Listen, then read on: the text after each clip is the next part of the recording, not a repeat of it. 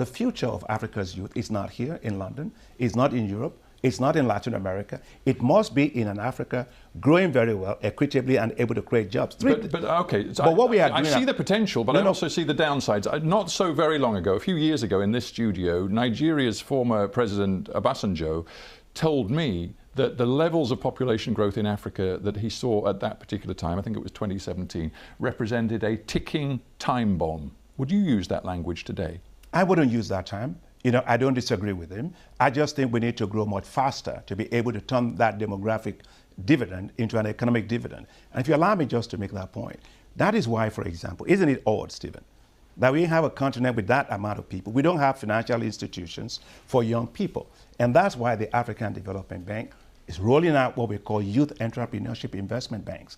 They are new financial institutions that will give debt and equity for the businesses of young people, because I firmly believe that we must create youth-based wealth in Africa. We have to improve their skills, their entrepreneurship, their access to financing, and for them to be able to play a bigger role in our economy. Look, the future of the world is going to depend what happens to the youth of Africa. And so we are putting our financing at risk on their behalf.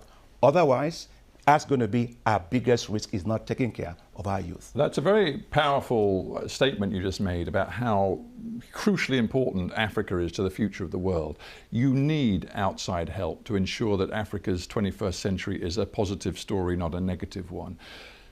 Where do you think most of that help's going to come from in the future? The Economist magazine says that America has essentially lost interest in Africa. It's so preoccupied with problems in other parts of the world. Does that mean that China, maybe Russia as well, are going to be where you at the ADB perhaps, but certainly African nation states look for economic support and cooperation in the future? I just came back from Nairobi, where we had the annual meeting, Steve, of the African Development Bank.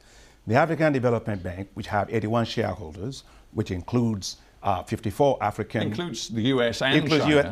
And UK, by the way, great supporter of us. But my point is, political tensions are rising. Does Africa need to make a choice about who it partners with? Yeah, but I want to say is that we got an increase in capital of the bank from all our shareholders, $117 billion.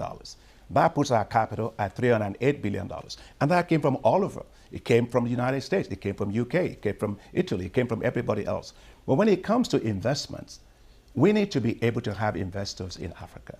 Yes, you and I talk about the issue of risk and how we manage those risks. And those investors can come from any part of the world. The fact of the matter is, Africa doesn't have to really choose.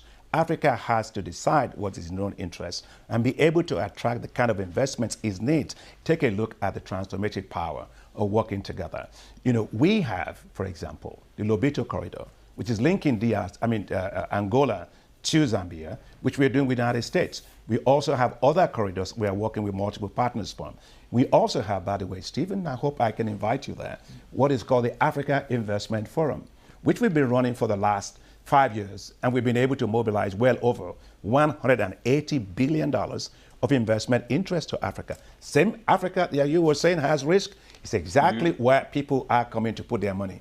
If you're not in Africa, I wonder what else you'll be putting your money in. Well, that's where the frontier is. Clearly, this is a hugely important story. But for now, Akinwumi A Adesina, thank you very much for joining me. Thank you, Steve. On Hard Talk. Thank you. Very good to see you.